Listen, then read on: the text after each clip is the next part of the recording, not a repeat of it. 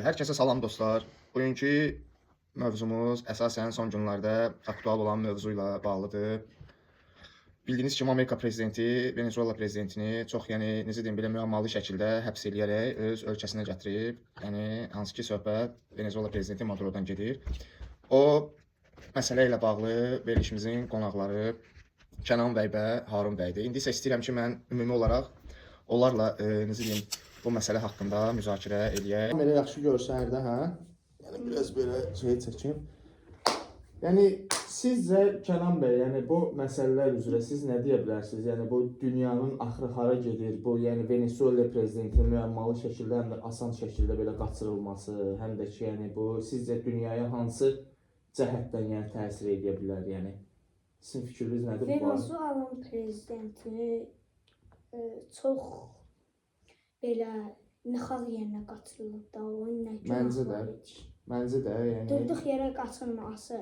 Bəli. Qəribədir. Əsasən sizcə bunda dünya ölkələrinin, digər dünya prezidentlərinin bir günah payı varmı? Həmçinin ölkə şəxslərinin, dövlətin, cəmiyyətin? Sizə nəyə görə belə? Ölkənin Biraz zəhmət olmasa möhkəmdən danışıq. heç bir ölkənin günahı yoxdur. Nəyə görə? Durduq yerə qaçırılmasına. O niyə durduq yerə onu qaçırıb ki?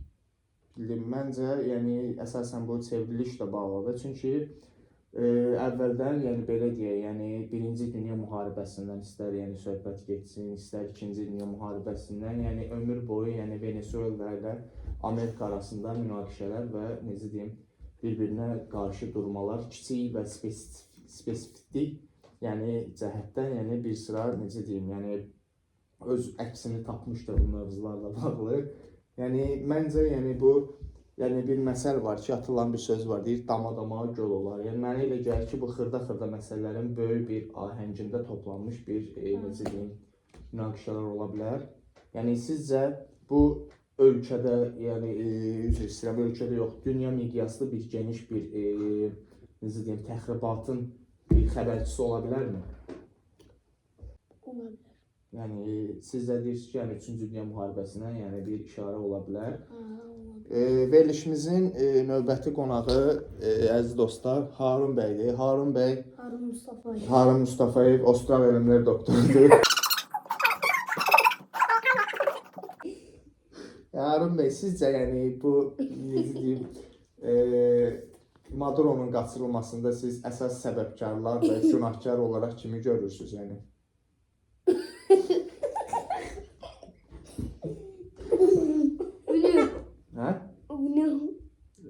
Sizcə günahkar kimdir? Trumpdır, yoxsa necə deyim, Trumpın qurduğu hər hansısa bir siyasətdirmi, yoxsa nə məsələlər ola bilər sizcə bu barədə? Xüsusi məsələ ola bilər də.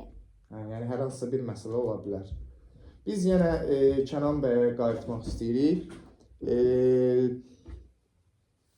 Kənan bəy, sizcə hal-hazırda dünya, deməli, hal-hazırda dünyada ən çox aktual mövzulardan biri olan süni intellekt və süni intellektin daha sürətlə bütün istənilən sahələr üzrə yayılması, insanlığa həm faydalı cəhətdən, həm də ki, gələcəkdə bəzi insanların, necə deyim, bu məsələdən biraz narahat və güzaran qalması əsas qlobal və aktual mövzudur ki, bugün, bu dəqiqə əsas prioritet məsələ nədir? Süni intellekt sizcə gələcəkdə insanlığı ələ keçirə bilərmi və yaxud da insanlıq üçün necə deyim, mənfi təsir göstərə bilərmi? Sizin bu haqda fikriniz nədən ibarətdir? Biz onu öyrənmək istəyirik.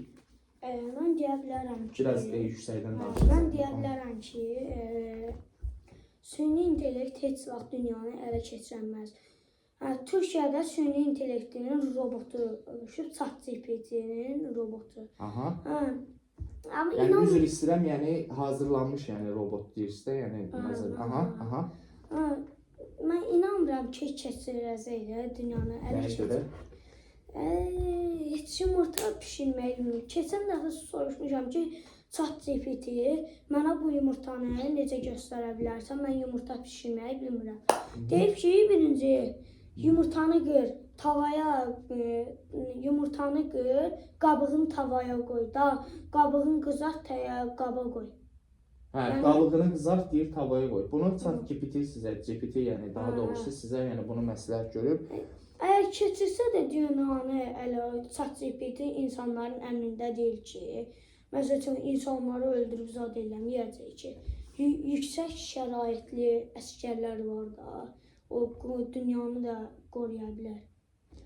Məncə də düz vurğulayırsınız. Yəni mən əsasən bilirsiniz nəyin tərəfdarıyam? Çünki bəzən ChatGPT-nin dezinformasiya verməsi, yəni mövcuddur, yanlış məlumatlar. Çünki mən yəni özümün dəqiq bildiyim məlumatı ChatGPT-dən soruşmuşam. O bu haqqda necə deyim, yəni yanlış məlumat verir və bunun onun özünə də bildirmişəm ki, sizin verdiyiniz məlumat dezinformasiyadır, yəni yanlış məlumatdır. Bu özü də təsdiqləyir ki, ola bilər bizdə hərdən necə deyim, yəni yanlış məlumat ola bilər. Bilmədiyimiz şey haqqında belə, yəni ki, dezinformasiya verə bilərik.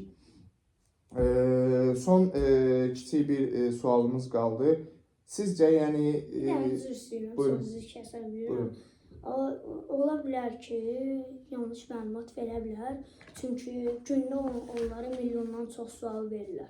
Məncə də, yəni məntiqli bir fikir eləyirsiniz Kənan bəy. İndi isə son mövzumuza keçirik ki, yəni sizcə, yəni bu texnologiyanın, yəni necə deyim, telefonların, yəni bu gün ölkəmizdə, nəinki ölkəmizdə, bütün dünya miqyasında, yəni cavan, kiçik uşaqlar, orta yaşlılar, hətta yaşlıların belə telefondan, sosial şəbəkələrdən istifadə eləməsi sizcə, yəni günümüz üçün, yəni yaxşı bir şeydirmi, müsbət bir şeydirmi, yoxsa yəni mənfi bir şeydirmi? Siz buna yəni necə yanaşırsınız? Mənfi. Mənfidir. Nəyə görə? Çünki bilirəm ki, bazı uşaqların telefon işlətməsi o qədər mənə görə Yaxşı bir şey deyil. ehtiyac deyil. Məncə də. Mənə görə mənə də düzdür almırlar. Amma mənim orada bir dənə dostum var. 5-6 yaşı var. Aha, Veriblər onun telefonu əlinə. aha, Uşaq da PUBG-yə meyllənib. aha. Axırda dərslərdə nədir? Meyil olub qaldı. Ha, başa düşdüm. Yəni mənə elə gəlir ki, siz yəni düz mövqeyidəsiniz, yəni yaşınızdan asılı olmayaraq. Yəni çox təşəkkür edirəm verilişimizə qonaq olduğunuz üçün. Çox sağ olun. Əziz dostlar, biz verilişimizi bu gün burada yekunlaşdırırıq. İnşallah gələn görüşlərə dək. Ölümlər pres.